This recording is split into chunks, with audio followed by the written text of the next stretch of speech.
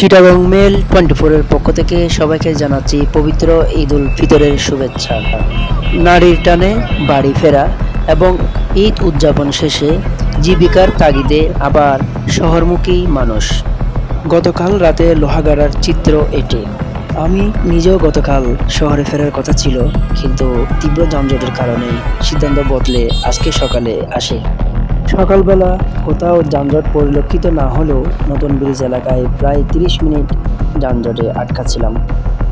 যত্রতত্র গাড়ি পার্কিং এবং টুল প্লাজায় টুল আদায়ে ধীরগতি, রাস্তার মাঝখানে দাঁড়িয়ে যাত্রী নেওয়া সহ বিভিন্ন কারণে শাহ আমানত ব্রিজে যানজট লেগেই থাকে।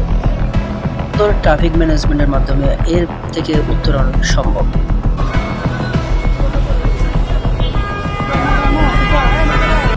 আবু বকর তামিম, চিটাগং মেল 24।